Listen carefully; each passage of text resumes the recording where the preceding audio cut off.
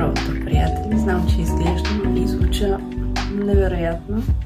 Сега ставам. Ще правя овесена каша. Както видяхте, си подготвих и кафенце.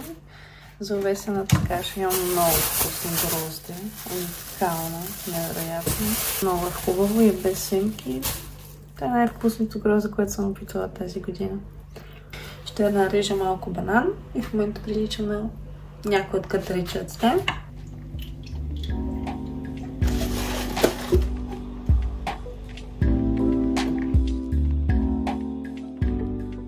Нещо бъгнах системата, но ето така се получават ядките. За първ път правя по този начин. Ще видим дали ще бъдат одобрени. Така мисля след малко да ги свалям. Те бая понабъбнаха, поумекнаха. Ето това се получи от моята закуска за Алекс. Ето го и моето, а после ще си го сервирам. Малко не е облачно, ама ще се разкарате сега. Съм ги поръча. Бананчо ще яде банани. Чакам за мнение. Трябва му какао. Здравословно. В смисъл да не е толкова шоколадово. Добре да е протеиново нещо. Аз и захар, ами и нямам протеин. Трябва да си купим. Искам, приятели, да ви покажа. Е там апартаментчето, в което бяхме седнали миналия път. И ми казаха, че няма да е свободно, че няма дати. Ние чакахме да дойде някой. Аз не исках да гледах, че те дори са прибрали столовете. Явно просто за тях сезонът приключил. Обаче защо ме лъжат? Да ми кажат. Няма да работим в септември. Това е. Аз поне намерих това тук. Много съм щастлива на този факт. С нощи спах с тапи за уши. Да ви разкажа. Много съм. И едната ми тапичка беше паднала. И аз викам край. А те са такива восъчи. Мекички, гуменки. Викам, аля, тя ми е влезна в мозъка сигурно. Беше налегла. Това си намерих сутринта. Между другото, тази нощ спахме. С нощ си легнахме в 11. Аз бях труп. И съм спала до 8. Будах се много сутринта, ама ме мързеше да стана и още не мога, както чувате, да се събудя хубаво. И поне е по-облачно. Та ще идем, ще си направим сега една разходчица по плажа, малко тренировка и след това ще ходим на... И да, приятели, взех си в душче, сложих бюстиер. Малко нелепо, но едни спортни панталончета. И отиваме да потренираме или да плажуваме. Ще видим в последствие. Тя неща се мушкат в ушичките. Има ги в немощ. Приятели, вие майки, че няма да ме чувате. Ние дойдохме на плажа. Ама то много духа. Има много вълни и е хладно. Май няма да успеем да тренираме. И така. Ще видим, да. Тема не за разходка, но пък. Пък. Толкова. Ще си снимам колко е. А не е нищо, нали, сравнение с Глагило и миналия месец. След си е горничко, хората пускат хвърчила. Това е сигурно перфектното време за тия с това уиндсърфинг, дете. Еми да, много готин. Значи си скепт. Поне някой ще намажа цялото това нещо. Но не успях да ви снимам рутината, която исках. Надявам се утре да ме духа вече долу. Ама ако е така до неделя, е малко тъпичка. Ето тия очила на Алекс са някакви на Армани. Ами нямат никакви защити, нямат нищо и то се е насогледам без тях. По-добре ги махам. Не смисъл, наистина ти като ходиш моите, усещането е съвсем различно. Така че, приятели, не гледайте марката и цената. Моите са на Polaroid, бяха 70 лева и са пушка. Но си хубави, имат си защити, имат си всичко и ще лъча с тези покупки, които бяха над 150 лева. Не знам колко бяха. Горничко. Това сигурно нищо не се чува. Трябва да си купа микрофони. Пуска си хвърчилът. Много интересно. Ами да, ето и всичките седнаха да гледат как се пуска това нещо. Много интересно. Вие сигурно нищичко не чувате. Ама по-бра. Много добро. Много. Приятели, още един автозик с такова платно. Много интересно. Аз не мога да рецитирам вятъра после, защото много. Сега ми тя там много интересно. Приятели, да се оказа, че на плажа само така силно духа. Тук пак духа. Ние сме цено на втора линия в момента, че бяха при кемпери, каравани да разглеждаме, ама не ви снимах, защото да не притеснявам хората, които са си там. И в момента сме на ето тук. Се разхождаме и си мечтаем и гледкаме кемпери, караванки, палатки. Както едни младоци си представяме как някога и ние ще сме на такова място. По този начин, плажуващи. Вместо да даваме по 100 лева на вечер, и то сега, нали, е слабия сезон. Иначе в силния е 150-200 лева в най-добрия случай. Тук на този плаж. Мърши, ние май се загубихме някъде. Не. Тук трябва някъде наляво да може да се излиза. Много е топличко. Вече напича много слънцето, ама на плажа не се усеща, защото много дух от морето. Някакъв бриз, не знам как се нарича. Сега си представете се, едно сме в София на полянките в младост. Не знам ако някой е оттам. Ще си представи какво е чувството, усещането. Или примерно сте на Черни връх и си чакате автобуса в 3 след обяд. И така напича. Тамън за водата. Сега ще видим какво ще правим. Мисля по-скоро първо да се отбием през Златна рибка, ама не знам дали е дошло месце. Чакам да докарат. Аз не знам дори дали не исках карат меса. Ама бих отишла да видя нещо за шишчета, за такова месеци. Вижте през какъв ръв минаваме. Ние сме такива приключенци. Така. Това е. Тук са си полянки. Но да няма само кърлежи, защото аз не знам дали ви разказах как ходих преди 2 месеца, ми махат кърлеж. Даже нямаше и 2 месеца. Месец и малко. Няма да ви казвам къде.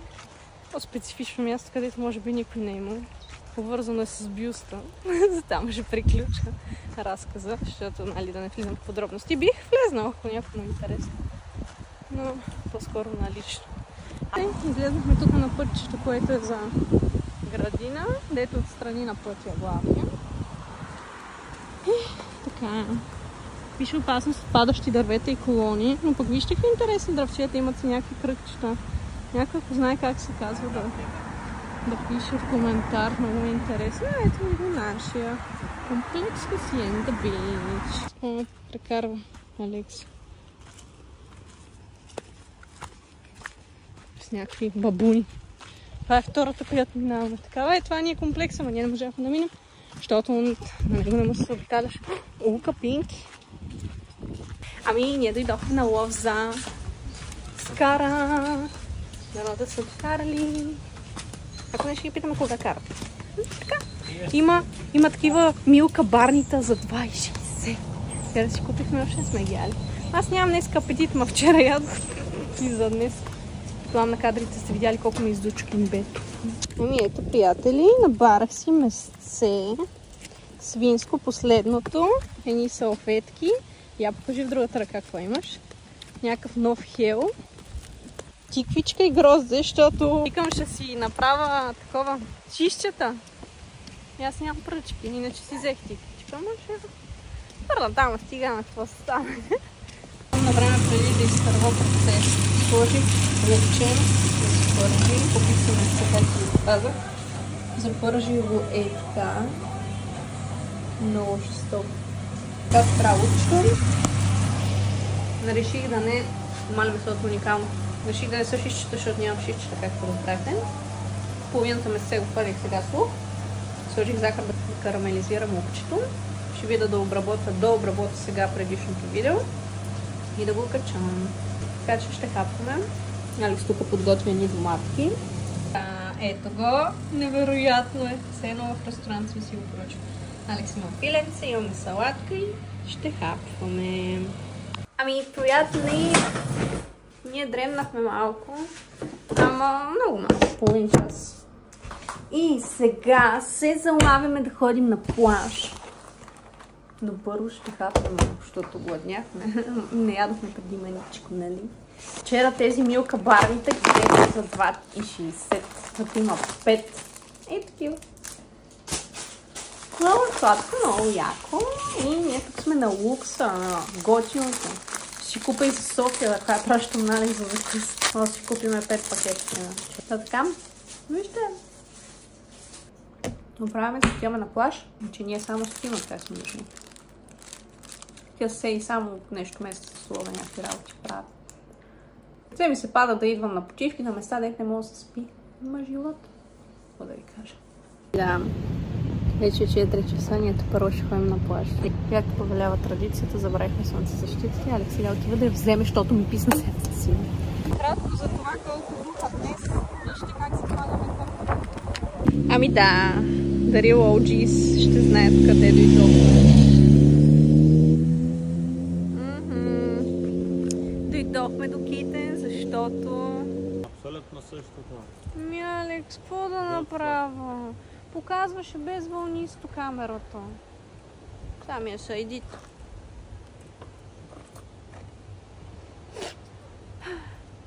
Тук има къмпинг. Виждаш ли къмпинга?